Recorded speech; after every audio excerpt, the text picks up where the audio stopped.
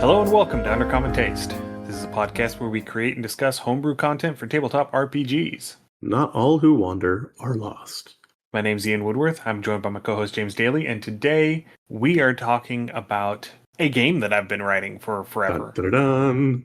This is the game that I mentioned when I was talking with Rainey. If you went over and listened to the interview I did on Rainey Plays Games, that was the interview back in February. And I talked a little bit about my game because he is writing a very thematically similar game. There are definitely stark differences between the two games, and we have been doing these both in isolation. We have not collaborated in any way, shape, or form on these games, but they are both post-apocalypse, post-catastrophe games, and they're both designed to be played, intended to be played basically in your local community. So like you build the game world based off of the map of the town where you live and such. And that's the sort of vibe that I was going for with this. And so today, basically I'm wanting to talk with James about some of the mechanics that I'm trying to implement, because there are some aspects of the game that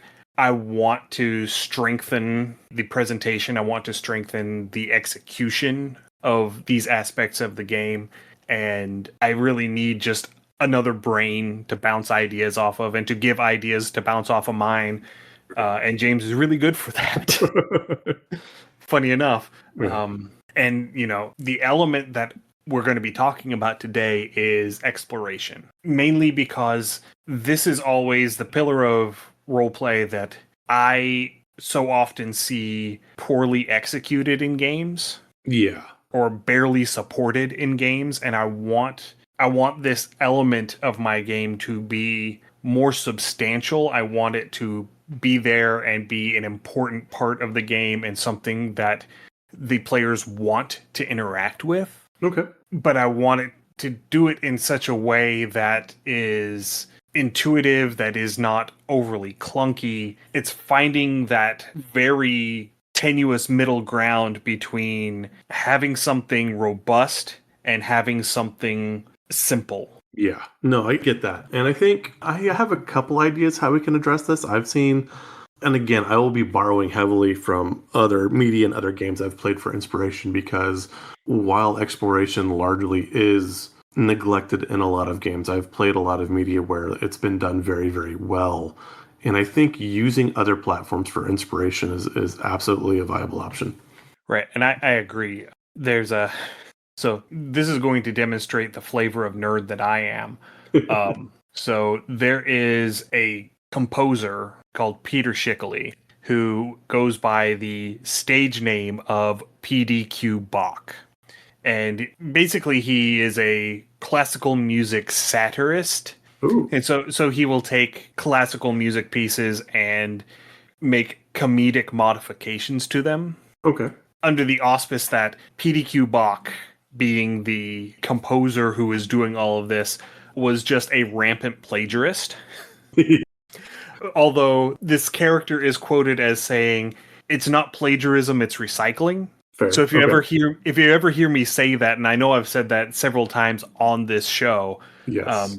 If you ever hear me say that, that's where that comes from. No, I like that. And again, going with concepts you have, so kind of delving in, you had said initially, and it's in your things, that you want these to be kind of based around the player's local area. So satire and parody, and again, tying into your music, you have like people like Richard Cheese or Weird Al. You know, you can take the familiar and just by tweaking it a bit does make things very compelling and very interesting, because again, you are invested in your local area normally, and everyone wants to watch Godzilla, you know, stomp through their town. When I played Fallout 1 and 2 so many years ago, like in 2001, 2002, the fact that I could find and I recognized places on the map that were pretty darn close to home. And okay, wait, this is supposed to be Bakersfield. This is supposed to be Sacramento. This is Mariposa. This is Redding. Oh, there's San Francisco. There's LA. I mean, it very much tied that in. Even looking at Fallout 3 and Fallout 4, now I'm not a huge fan of Fallout 4, but DC, and we all have a concept of DC, so we want to see the memorials, we want to see what happened.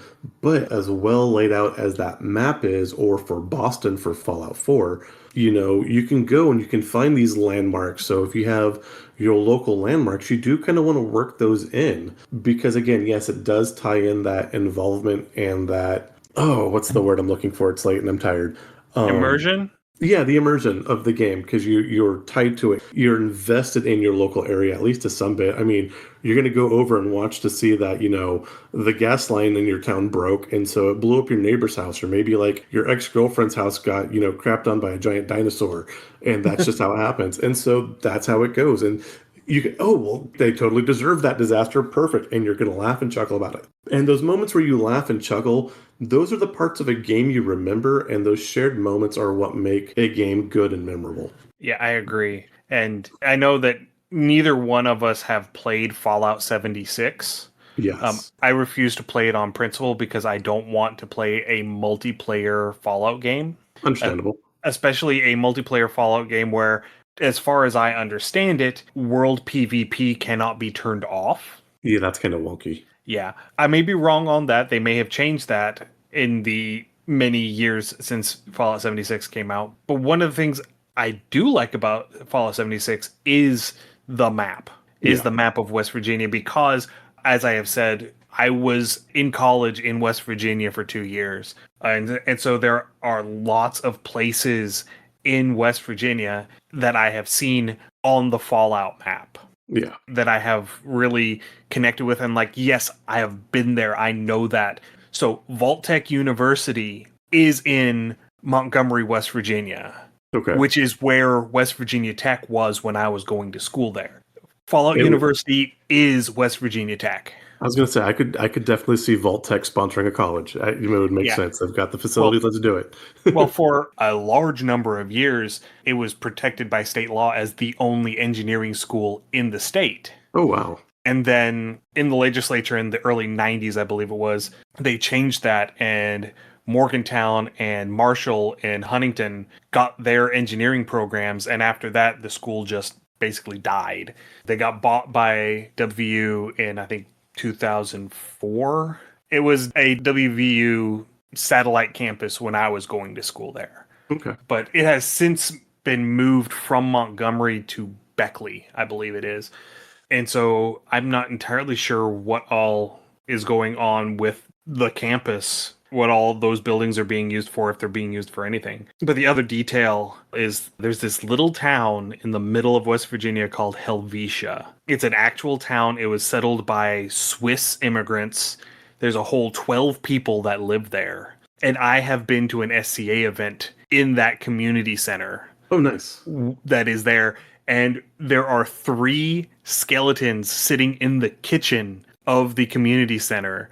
And when I saw that, I was joking with a friend of mine who has since gotten her laurel that it was the 3 of us that were doing feast up there that weekend. Because the game came out like 3 weeks to a month after the event. Okay. And I just happened to catch that clip in a YouTube video. Somebody was talking about it. And, Gotcha. it's like, I've been in this building. I've been sitting in that chair in that kitchen. It was a kind of a surreal thing. But yeah, I agree. That's the power of using a real world location that Yeah. as the setting for a game. It lends that authenticity, it lends that relatability that you don't get from just, okay, we're going to be going and playing in Waterdeep. Exactly. No, I get that totally. So again, going on looking at what we have for the rules. So again, you set up your characters, you set up a lot of stuff, and then when we're starting to build our world, one of the things we want to do is, again, this is post-apocalypse, so you're going to pick your apocalypse. There's options that Ian has presented. We can spend a little bit of time on that if we wish. But again, that's going to be more flavor for the game and setting and kind of window dressing largely than generally mechanical gameplay itself. So you can play this game in a lot of different themes or settings depending on how you want to do it. But when we get down to actually wanting to choose the setting, which might affect some of the things, and then we want to generate our landmarks and locations. So when it comes to exploring in a game, something like D&D or Pathfinder, I've played Homebrew, I've played different modules. modules where exploration can be ignored, it often is because everyone wants to get to the throwing of math rocks and dice. And so I think probably the best way to enforce or to develop the exploration is to force the players to explore. And so I think we should be doing a hex crawl map of one form or another. Right, yeah. And that is generally the idea. Yeah. It's not laid out in this particular section. I think that's more in the exploration section later in the rule set. But basically, you're going to take your map and you're going to do a hex grid overlay of the map. And so you're going to have your landmarks, your clearly defined locations on the map. And then you're going to have large areas of unknown territory surrounding those. Yeah. Because the general premise of the game is that you are either part of a group that is coming into this area, or you are locals who are working for the group that has come into this area with the specific intent of basically reconnecting civilization, reconnecting society after this huge collapse. No, I like this. And I think with this too, one of the things I would want to suggest is while having things local and built upon a local map is wonderful. And as we said, it does help create that immersion. We do want to make it a bit loose to allow for parody and or satire and for some of these, again, any kind of weird events or shifts that the apocalypse may have inflicted upon the area. Also, depending on the time setting, the apocalypse probably, hopefully, crossing our fingers, isn't tomorrow. Maybe it's 10 years from now. Maybe it's 50 years from now. Maybe it's further. And the layout of a city can sometimes change fairly quickly, depending on things like natural disaster or economy or a lot of different things. And so one thing I would want to suggest, and again, this is definitely up to be tweaked with, but I would say pick 2 or 3 of the local landmarks that you would absolutely want represented in your city or your area.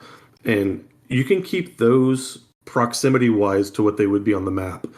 But then I would take something like maybe your favorite die is a D12, right, again? Yes. So take a D12 and roll for each of those quote-quote major landmarks. And then maybe put some secondary landmarks away at a radius of whatever that D12 roll is. So again, if we had a college campus, that's going to be one of our massive landmarks. And we roll that D12 and say a 9 comes up. Then we would have a 9 hex radius around that of just terrain or whatever that the players could go through before they reached another landmark. And that way you can kind of use this randomly spaced, and it kind of makes the game somewhat procedurally generated, which adds to replayability. So games like Diablo 1, Diablo 2 particularly, where every time you walked into the dungeon, certain points were going to be at the same spot, but generally the map was made different for each time you loaded the game, each time you played through, each time you entered. And this does keep the game more fresh. Right, and I get that. One of the things that I really wanted to emphasize, and unfortunately, this is all laid out in the sample setting document that I have written and did not include in what I sent you. It is a separate document. Basically, the idea is I want the people who are playing the game to be able to recognize specific locations, and I want them to how do I even word this? You want to keep a reference 1-to-1? I want them to have enough references to where they have enough familiarity with the setting to keep grounded in that, yes, I know where this is. Okay. But I also want to make sure that everything that is not strictly defined within this setting is an unknown. Yes. And so that was the second part I was going to lead into. If we build this up as a hex scroll, so what I'm thinking like secondary locations, like I said, you could have your small smattering of your known landmarks. And then for the DM, or if it's DM-less, then I have an idea to run that as well. But you have your secondary, be it either an outpost or, some sort of new landmark or an oasis, a point of resource, or a known point of danger, but just something that would be quote unquote significant to the game area now, but you'd still have certain amount of places. So as your players are moving, exploring, if they happen to interact with other people, they could give kind of directions or warnings about where things were so the players could move in that direction if they so choose, or if like a quest or a mission prompts them towards that area. But as the DM, since this is based off of a map, they would kind of know where that is. And again, that adds a little bit of parity to the actual area. Right, yeah. And so to that end, I do have different categories of the landmarks. Yes. So I've got it split up as boundary terrain. So these are terrain features that are creating a boundary, whether it's something like a river or a mountain range or something that is just a demarcation. So the sample setting that I have written is based in Montgomery, West Virginia, where I was going to college. And one of the boundary terrains is the Kanawha River, which Okay. runs just past town. But the other one is the railroad track that runs through the middle of town, dividing the college campus from the town. Okay. Because that was a very clear demarcation line. The townies stayed on one side, and the college kids mainly stayed on the other side, and rarely did the two intermingle. Right. So that's the first one, your boundary terrain. The second one is hazardous terrain. So that's anything that can be dangerous, anything that people just, you don't go there for whatever reason. It could be because something's living there. It could be because it's flooded and it's a giant stinky swamp. It could be irradiated if you're playing in a post-apocalypse where, I mean, the default for the game is a nuclear apocalypse. So there are going to be pockets of radiation, but some of the other variants is, it could have been a chemical weapon attack, and so there could be lingering chemicals of whatever. Could have been an alien invasion, and there could be aliens living there. There's different options that you have for that. Right. It's basically just that is a place where we don't go because it's not safe to go there. Totally get that. And then you have population centers, fairly obvious. That's where the people are. Mm-hmm. And then you have strategic infrastructure. So that's anything that a faction would try to gain control of for some benefit. It's going to be a Bass Pro Shop because everyone's trying to load up the weapons and the guns and the fishing Potentially, yeah. supplies. Yeah. So like a bridge, a military base, a power plant, a wastewater plant, a factory, Yeah. anything like that would be considered strategic infrastructure. And then you have technological ruins, which are a similar thing, and you can have some overlap there. But the difference between a technological ruin and strategic infrastructure is the technological ruin is a ruin. It cannot be used in its current state. Okay. It's someplace that you go to scavenge for tech. It's a place that you go to look for resources, to learn from the past, or it's someplace that you take it, you secure it with the intent of fixing it to turn it into strategic infrastructure. Okay. So this would be something, again, like you said, something in Rowan. I could see this being like an old derelict coal power plant or something like that. And you have to like keep bringing resources back to this point to get it functional to provide power to the local area. Yeah. I think one of the ones that I used in my sample setting was Montgomery General Hospital. Okay. It's on the west end of town, and it's right next to the river. And so the idea is that during the apocalypse, it flooded. And so the bottom like 2 or 3 stories of this this hospital. A very expensive hotel. It is a very Room expensive service. hotel. Wait till you get that room service bill. True, buddy. But I think the building itself is like a 6 or 7 story building. It's a big hospital, but I'm just saying like the bottom 2 or 3 floors got flooded. And so it's really inhospitable, but there may be stuff up in the top that you can still scavenge out of it. So that's one of the technological ruins that I have in my sample setting. Yeah, and that makes perfect sense. And then, so again, we can build on that. And you had 1 or 2 more settings as well? The last one is just wilderness. Okay. So everything that does not get a designation is classified as wilderness. You don't know what's there in general. The locals might know what's there, but you coming in don't know what's there. Those are the areas that you have to figure out what's going on. And just because it's called wilderness doesn't mean that it's overgrown with trees and stuff. It could be like the bombed out shell of 12 city blocks. Yeah. Urban jungle. Yeah, and it's packed full of feral dogs, you know? That would be considered a wilderness in this game. It's literally just any place where people aren't. Okay. And that is the default for everything that does not get its own indicator. Okay. So the way I would imagine setting something like this up, I see two ways, and I will tell my least favored first.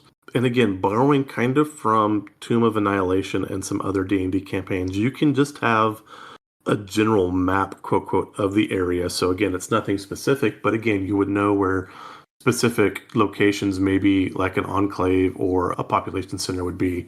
Maybe you've developed some information or some intelligence of the area before your party gets here. And then you would just do a plain old fashioned hex crawl. And each little area, you might have like groups of areas. So you might have a section of the map that is wilderness, or you might have sections of the map that are known to be tech ruin, et cetera, et cetera. And then you would roll on a table for those depending on where the party was and how they try to navigate through, if they're using a compass or if they're using a survival skill to try to navigate. And then each tile, in whatever area they are, would fit a table for that. So you'd have a tech ruin table, a wilderness table, a population center table, a hazardous terrain table. And that does work, and that can be effective, especially it's easier to set up as a DM because you kind of know where everything is roughly already, and you're just kind of picking what category your players are in. It works. It could work. Right. One of the things that I do want to put more emphasis towards is including the players in the world building. Okay, yeah. Because all of the tagged locations, all of the hazardous terrain and the population centers and what have you, those are all intended to be suggested by the players. Okay, perfect. During a session 0, during a setup session, okay, where you sit down, you build the world, and you create your characters all together at the table. Okay. I think I can branch off this because this does kind of lead into the second way, which I was leaning more into and I think would be more interactive and more interesting, especially for a tabletop game. And here we're going to borrow some slight board game elements.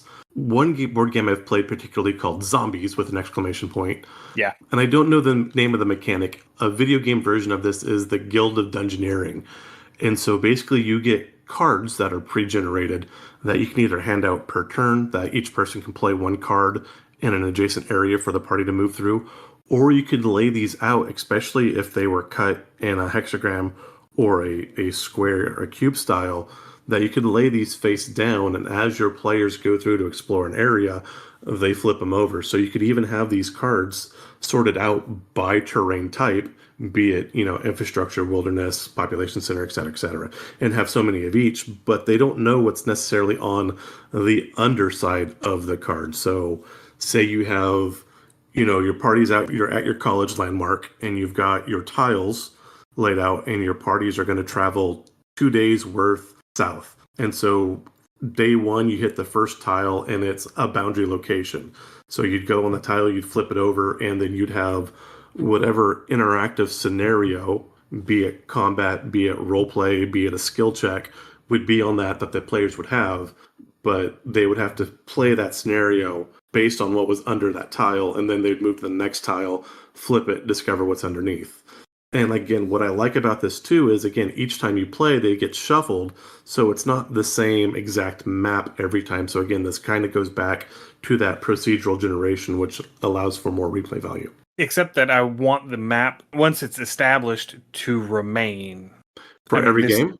Yeah, this is not a one and done game. Okay. This is a game intended for campaigns. Okay. So again, with that, you could build it for each campaign, but at that point, you could lock those things in. And as you discover, you could just have them flipped over and then locked in place. You could either just tape them down and you build your map that way, but it's was it Roll20? Yeah, it's Roll20 is the virtual tabletop. They had a good thing like that with dynamic lighting within the game. So as the players moved, depending on their vision and things like that, they were able to explore and reveal the map. And being able to reveal your map as you play, I think would be an interesting mechanic to be able to run through. Yeah. So the plan that I have at the present Okay. to do that, it's going to have 2 D100 tables. Okay. So whenever you are passing through an unknown square, an unknown hex on the map. You're going to roll 2d100. One of them's going to be an adjective, and one of them's going to be a noun. And then the lore keeper, who is the GM, is going to take those two results and put them together to determine what the party runs into in that hex. Okay, I like that a lot. And that borrows off. I mean, it sounds similar to what's the engine that John from Tale of the Manticore Mythic. uses? Mythic, yeah. Yeah, Did you that's borrow from that or? yeah, that is basically the primary inspiration for that. Okay, yeah, no, and that is a great engine to run, and I absolutely love that. And so I think with this kind of hex crawl, we're probably leaning a bit more into that traditional hex crawl, kind of like I said, like Tomb of Annihilation, where you're in the jungles of Chult. And so you'll Right. probably want to have a general idea of where areas and terrains might be, like where your borders are going to be or where your population centers may pop up. And Right. those can be landmarks within themselves. So yeah, I definitely like that. Going through, so with this, using our mechanics, I think we'll need to use our skill checks more to make sure that our characters can travel properly or in the right direction. I think the chances of getting lost within the post apocalyptic wilderness should be a very viable option. So let's take a look. And since we're going to be relying more on the player's skills than more random chance to see how they are going to navigate, let's look at our players' skill abilities and skill sets. So the primary skill that they're going to be using for navigation purposes, I believe, is wilds. Okay. That is basically the survival skill from D&D. It's being able to navigate, it's being able to pathfind, it's being able to know what is safe to eat and what is not out in the wilderness. A good thing to Um, know. yeah, be able to find clean water, be able to find shelter. Those are the sorts of things that the wilds skill is for. Okay. And so the general idea is that each character is going to specialize in a task. And so you're going to have someone who their job is to be the pathfinder. Their job is to be the person who takes the wild skill, who their job is to navigate the wilderness and keep everybody safe. Okay, you've got your Strider Ranger. I like it. Yeah. And then you're going to have a cartographer. Their job is to keep track of what comes up in all of these hexes as we are wandering through them. Ooh, I know. See, I like that because you could do a lot of different things. Like, what if the cartographer just gets like bonked on the head and is a bit dizzy, or is otherwise incapacitated, or just plain writer's error? What if they're writing their map and they roll a one on that skill check, and so they write the completely wrong thing down? I think you could have a lot of fun scenarios with that as you build that map. So I definitely like that, and I like the idea of keeping, like I said, some mobile, like as your players explore, keeping things that could possibly shift or move depending. Because again, if you come across a population center, who's to say that population center is not necessarily nomadic? So they're going to move. Or who's going to say, like I said, that your cartographer didn't mess something up or get some stuff flipped. And so maybe that population center tile is 4 or 5 tiles away from where they expect it to be, and you get to where it's supposed to be, but it's not there. So now you have to like look around and search for it. That you could do a lot of fun stuff with that. I love that as a mechanic. Yeah. And so the idea that I have at the moment is each time you pass through an unmapped hex, you get two random encounters. Okay. One of them is a static encounter and one of them is a dynamic encounter. The static encounter goes on the map. It is the thing that you find in this hex that defines this hex. Okay. So it could be you find a giant sinkhole and you have to go around. It could be you find an old abandoned natural gas derrick. It could be that you find a cave full of bees. Bees. It could be any of a number of things, and it's something that the roll results will tell you, and then the lore keeper, the person in charge of running the game, is going to, flesh out what this idea is and say, hey, this is what you find. Okay. And then you have the dynamic one, which is that's what's happening in this hex right now. It's fleeting. It is the thing that is happening right now. You just happen to be here at the same time it is happening. You're at the sinkhole and there is a wasp. Yeah. If it makes sense for that dynamic encounter to stay there, then it will. Okay. But if it's just something that, you run into a bear, The bars. the bears. Is it a linebacker? It's a refrigerator. Oh, okay. My wife would appreciate that one. But if there's a dynamic encounter where you're not necessarily going to run into that same thing the next time you pass through, then you just generate a new dynamic encounter the next time you come through. Yeah, no, that makes sense. Yeah. That does sound very workable. My other question for you would be, how fast do you intend the players to travel any given time? I know, again, I'm sure that certain terrain, certain hexes might take more time, but are we saying that a hex is a day's travel or an afternoon's travel?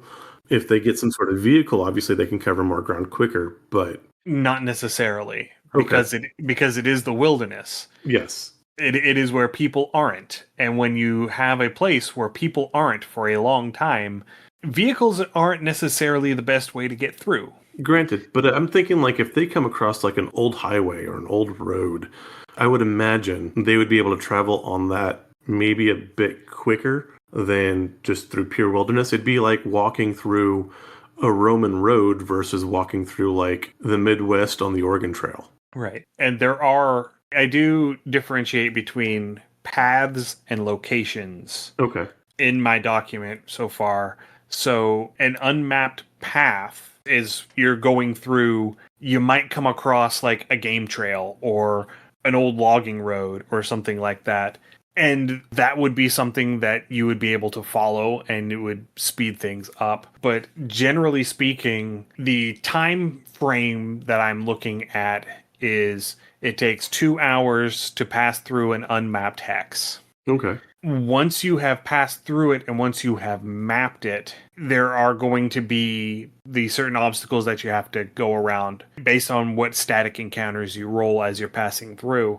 And there's a mechanic that I have called trailblazing, where you are specifically taking your time to resolve the static situations in these hexes as you go to make the path safer, to make the path easier to follow. Okay. And that's how you are able to basically mature the map, because I do want the map to change as you interact with it. Yes. I want there to be a clear improvement happening on the map as you go. Okay. And so there are 3 grades right now. There's unknown, known, and established. Okay. And once something is established, you're able to travel across it without having to make any random encounter rolls. This is a path that everybody knows. Okay. This is a road where everybody travels back and forth. You're going to have, if you have 2 major population centers, the road between them is an established road. You don't have to worry about any random encounters unless there's one that the lore keeper wants to throw in that is narratively appropriate. Okay. So like something like highwaymen or something like that are going to try to raid. Okay. No, I like that. And then you have the known locations and the known paths, which are people know that they're there. People will go to them on occasion, but people don't travel back and forth to them regularly. I mean, this would be things like a hunting ground or a fishing hole or the path to a resource, basically. Okay. No, I'm following with this. Now, again, this is a special type of nerd. Ian has mentioned the type of nerd he is. The type of nerd I am, I would almost want to make having a cartographer actually creating the map as they go part of the game, like an actual mandatory part of the game. So you can watch this map grow and develop as the party plays. And it is. Excellent. It is a mandatory part of the game. One of the players at the table who is not the lore keeper, who is not the person running the game, has to be the cartographer. Oh, I love this. Okay, yes. Now, the other players can take turns being the cartographer. I don't care about that. But the person running the game is not the person who is in charge of the map. Yes, no, I just, as a player, as an observer, I want to watch this map grow and be created. Yeah. I kind of also want to take this concept of the game and not make it post-apocalyptic, but make it Lewis and Clark. Because, oh my God, that would be amazing. Yeah, You absolutely could do that. Amazing. But like, so the cartographer is in charge of the map. There's a chronicler who is in charge of keeping notes. There Okay. is the pathfinder who is in charge of all of the navigation roles and all of the keeping everybody moving safely through the wilderness. And some of these tasks are optional. Some of these tasks can be performed, multiple tasks can be performed by the same person. Now, again, going back to your cartographer and your pathfinder, something we've mentioned before where maybe, like I said, the cartographer gets his head bonked or the pathfinder's wonky. Would there be any mechanic for the party and the cartographer not being where they think they actually are? See, I haven't put anything in about getting lost yet. Okay. It is certainly something that could happen and probably should be able to happen, but I have not done that yet. So with this, I would look at it and I can think of a couple of ways to deal with this, and it depends on how important you want the map to be in the game. If the map is just a secondary consideration and it's not critical, I mean, it's important, but it's not game breaking, you can just have them know where they are, but if they are quote, quote, lost, then maybe it takes them double time to pass through a tile. And instead of going north, maybe they go south and it takes double time, but they know they want a tile south instead of a tile north by the end of the time elapsed. Right. Or again, if you want the map to be, you can tell them they moved south, but really they moved west. And so whatever they're making and drawing on the map is actually in the wrong location. See, I don't necessarily want to do that. Okay. So yeah, then I would go with the time penalty then. The map as it exists right now is intended to be a reference document. Okay. It's intended to be a way to have something to look at to say, hey, these are the hazards that we know of. These are the hazards that we've run into. This is where there is a resource that we want to exploit. We need to clear the way between this resource and this settlement so that way we have a safe way to do this. Okay. So with that then, like I said, I would go and I would make the wilderness person roll whatever skill check they do. And if they fail their skill check, make them roll a random direction. And then you get a time penalty. And so you might get a 2-hour penalty and you still go the direction you want to go. Or you might roll a 2-hour penalty regardless and then go, like I said, in going south, you go east. But you realize you went east, so now you just have to roll that skill check again to try to get back on track to move back and circumvent to where you wanted to be. Right. Yeah, that could work. No, but I like what you have largely set up. I love building the map as you go. I like the difference between revealing the map and then establishing, and maintaining. I think that is a wonderful touch. And I've seen that done in a couple games as well. And I think that is a good flavor to add in. So again, this does give the players agency. It lets them literally affect the world around them in a more concrete fashion. And so the time that the players want to invest either in their own resources or in roleplay resources, trying to, establish with other colonies or groups and having them, establish trade routes so they can go back. This lets the players directly affect the world they're playing in. And I think that part is largely ignored in most games. Yeah, that's one of the things that I really wanted to emphasize here is that we are all playing in this world. We should all have a say in the things that pop up. Yeah. And, given that these static encounters that you're going to have as you're wandering through the wilderness, these static encounters that are going to come up are going to be based off of 2 D100 rolls. There's nothing to say that the players around the table can't make suggestions and can't discuss the results to come up with an idea that the whole table is real happy about. Yeah. I mean, we've done that a number of times with, yes. With our various random tables where we roll a result and then we talk amongst ourselves and come up with an idea that is better than either one of us alone could have come up with. Right. And we do that fairly frequently. If you go back and listen to our guest episodes where we do our monster mash, we do that fairly frequently there. Yeah, it's swimming, but I mean, how exactly are we defining swimming in this case? Is it swimming through water? Is it swimming through electromagnetic field? Is it swimming through the ether? Is it swimming through the dirt? Because sometimes, the creature that we're forming really doesn't make sense to be in a lake or a pond. And so yeah, I also like that kind of engagement, especially if you have more veteran players or players that think quicker on their feet, and you kind of get that bit of improv, which also, again, ties your characters directly into the world they're building. So it also gives them more of that connection and more of that value because, hey, this is my idea, and this is how my idea changed this entire scenario, which affected this entire region of this map. And so now your players are going to be locked into what happens here much more than just if it was, pre-generated or kind of railroaded through. Yeah, and I find that giving your players that level of buy-in makes it easier to make consecutive games happen. Oh, absolutely. Because if it's just, okay, I'm going to show up and play D&D, just sit down at the table and roll some dice. Yeah, you're having fun, but you don't have that personal stake in the world. Right. But when you're creating something, you're built and you want to, I want to put that next piece on, and you're thinking about it when you're not in game session. Well, okay, what could I do?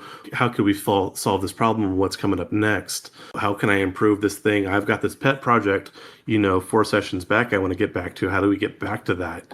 Yeah, that buy-in is huge. You're like, okay, we're coming up on this part of town where this particular store is, and I want to see what has happened to that store. So when we get into that hex, I want to be able to put that store there. So those sorts of things. Yeah, absolutely. Yeah, those are the ideas that I'm having that I'm really trying to tie into and that I'm really trying to nail down and figure out I'm just trying to figure out a way to make sure that the navigation and travel rules for wandering through the wilderness, for going to places, I want to make sure that the rules are engaging enough to make people want to do them. Yes.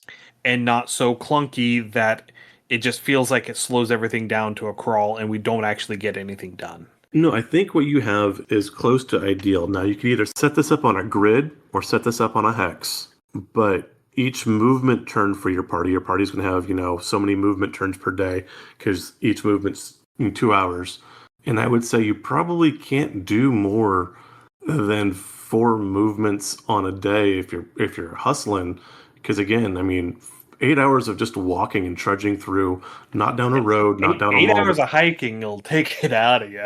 Absolutely. So, at that point, if you want to push that, I would push something with like exhaustion levels, almost like old Oregon Trail, where you could pick your pacing and, how much food or resources you had to consume to maintain that pace would change depending on your pacing. Maybe something like that, but your hex crawl. And then it would come through, obviously, your cartographer has to take their map. Your wayfinder, your pathfinder would have to make basically your skill check. Well, I think you were rolling D100s on these, correct? Or have you parsed that back from there? I think initially you were rolling D100s. Yeah, no, I've gone to a D10 system for D10? all of the skills and such. Gotcha.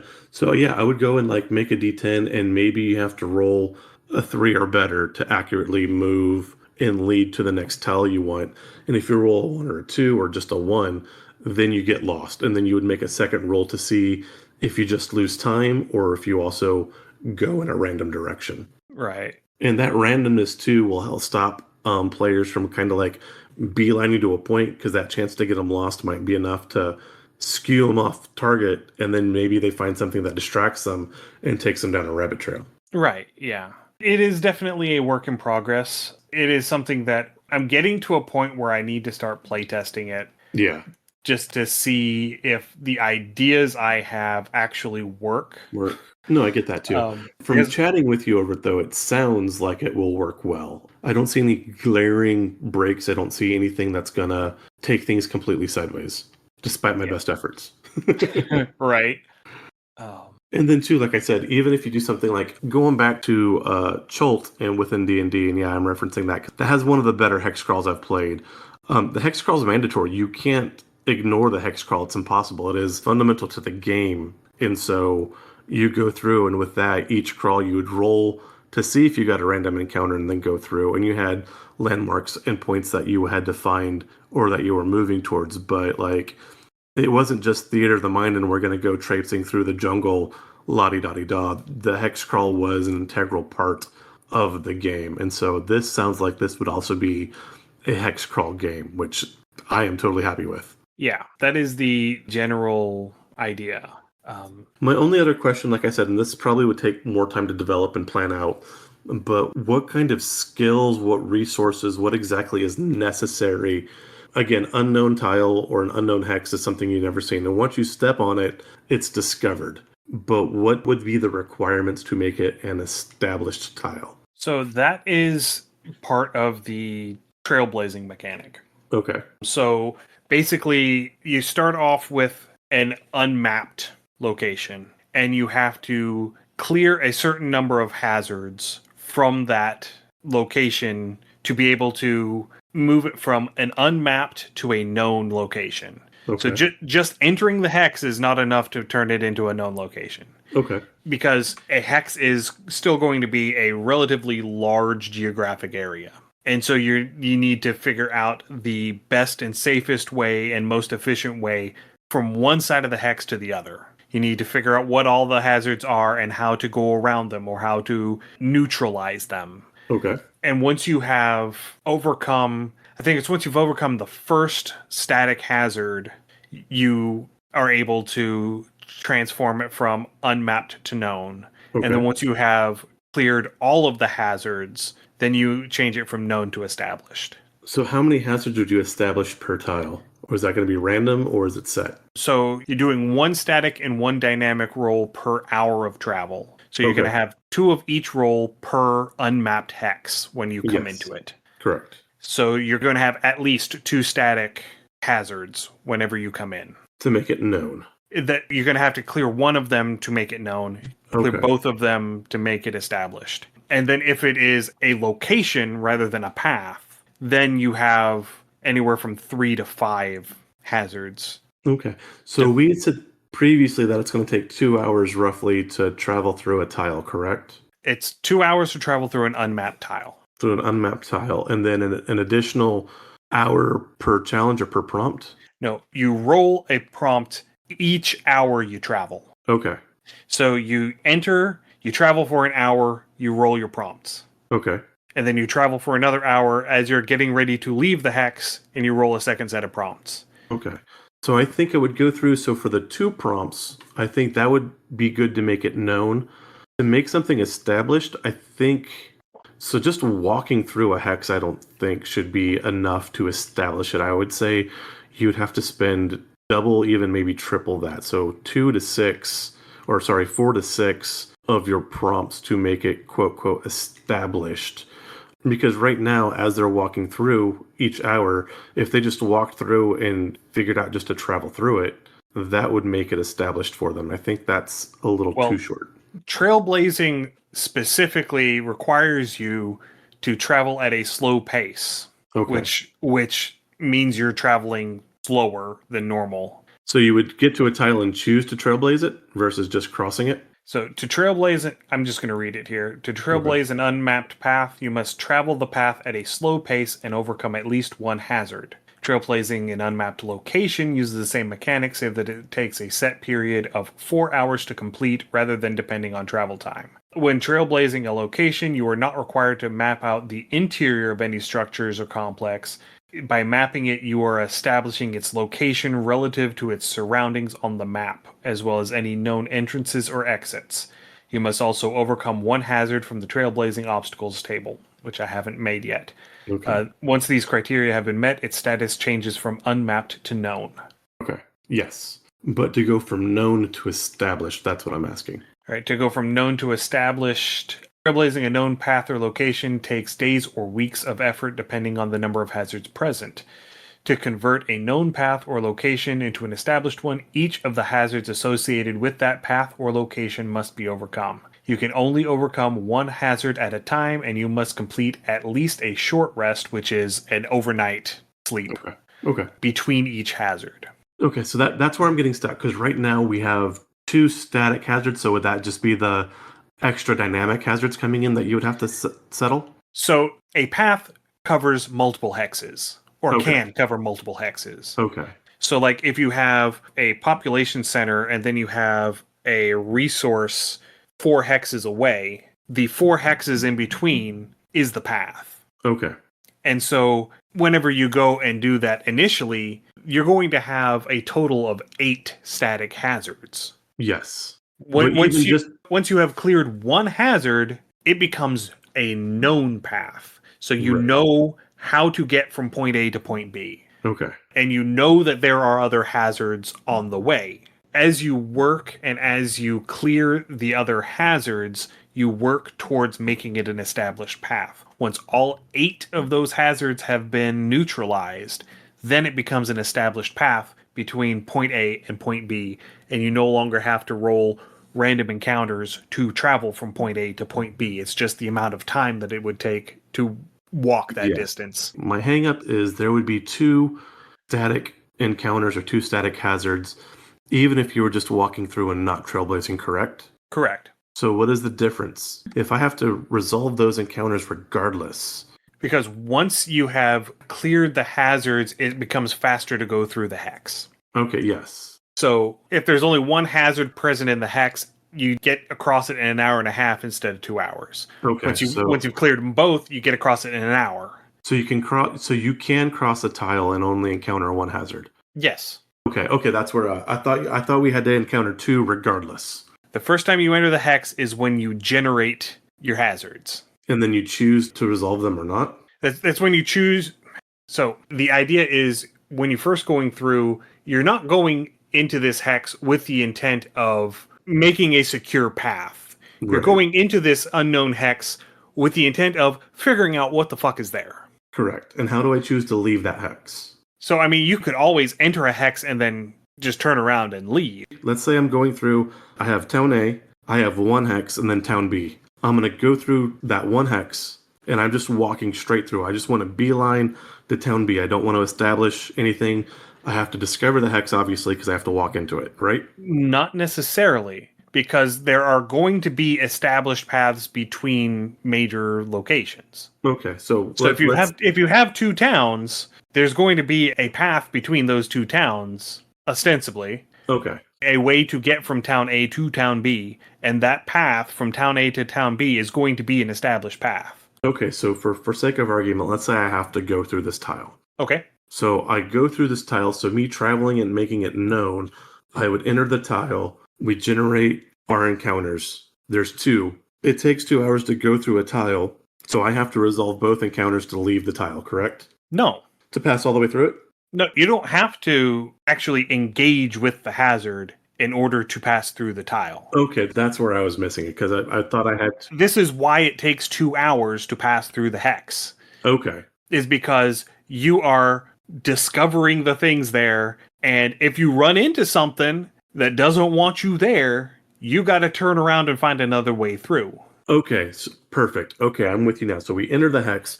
We have our 2 hours of passing through, and that is our discovering the challenges within the hex. Now, if we come back and we choose to resolve those challenges, then it is established. Yes. Well, then it is known. No. You have to clear all of the hazards to make it established. Okay, perfect. I am following with you now. I've got you. No, okay, yes, Yeah. that could work. I would want a bit more clarification written down on the rules, or at least where I could see that. But yeah, absolutely. I am with you 1,000% now.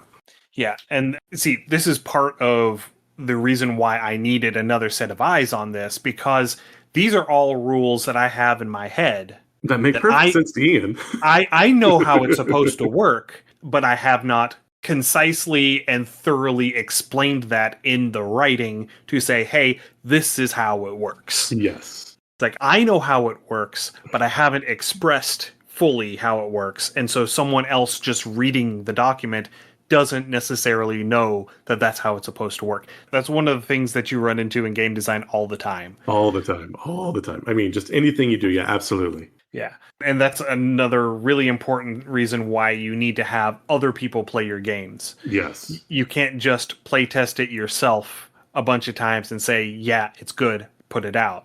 You really need other people to read the game and to try and play the game to make sure that all of the things that you have in your head as this is how it works are actually expressed in the document as this is how it works. Right. So yeah. See, that is the sort of important information that I needed from this conversation tonight. Yes. Aha, we win. We win. All right. Okay, we've been at this for a while. I think it is pretty close to time to wrap up. Hopefully this has been entertaining. This has been something that you as a listener can take some value from, some ideas for your own game design. Yeah, this really is the sausage making of game design. This is the stuff that happens behind the scenes that most people don't talk about. And again, having the time to write down those rules, having people to look at them is really the difference between a solid and polished product and something that really never leaves your mind or the notepad. And, there are some other games that I really want to play to see how they do mapping. Specifically, The Quiet Year by Avery Alder. I picked up a copy at Gen Con, and I really want to get a chance to sit down at a table with some people and play through The Quiet Year just to see how Avery's approach to map design, because they are also creating a map from nothing, creating a hex map from nothing based off of what card you draw from a deck of playing cards and the prompt that you get from that. I like using the playing card as a random generator tool. I really do enjoy that in a lot of games. Yeah. And that is a game that I want to play to understand that aspect of game design better. So maybe we'll be able to do that at some point. Unfortunately, the people who show up to play games when I run games at the library are the people who want to play D&D and throw math rocks. And, I'm okay with playing D&D and throwing math rocks, but I really wish that I could get some of them to broaden their palette just a little bit. Because every time I advertise it with something that is not D&D, I'm lucky if I get 2 people to sign up. Gotcha. Anyway, I think that is a good place to wrap up for tonight. Yeah. Thank you, everyone, for listening. If you have any comments, suggestions, or ideas, please send us an email undercommontaste@gmail.com or come and talk to us on our Discord. You can find a link to the Discord through our website, undercommontaste.com. You can also find links there to our itch page, undercommontaste.itch.io, where you can pick up our liminal horror one-shot Beneath the Lake or my solo RPG Forever Home. Thank you for joining us. I hope you enjoyed our bit of world building we did today and game design. If you'd like to join us with more of our world building and game design, or perhaps where we've talked to other game creators or our lore deep dives, search Under Common Taste on your podcatcher of choice. I think next time we might be talking about a game system, because this coming weekend I am going to be running a game of Nimble RPG. Ooh, nice. At the library. It is the game that the teen librarian has used for the quote-unquote D&D club. Okay.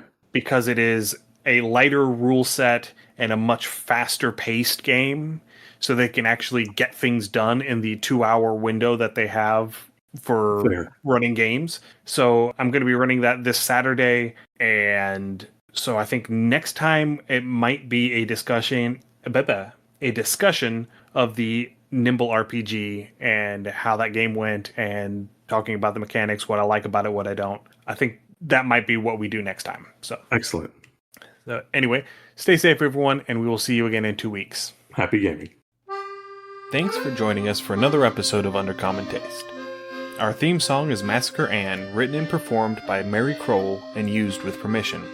You can find Mary online at marykroll.bandcamp.com or on Patreon at patreon.com/Dr. Mary C. Kroll. Our logo is by David Sutherland. You can find more of David's work on deviantart.com/David Sutherland or on instagram.com/Willex_73. We'll be back in 2 weeks, so stay safe, and we'll see you then.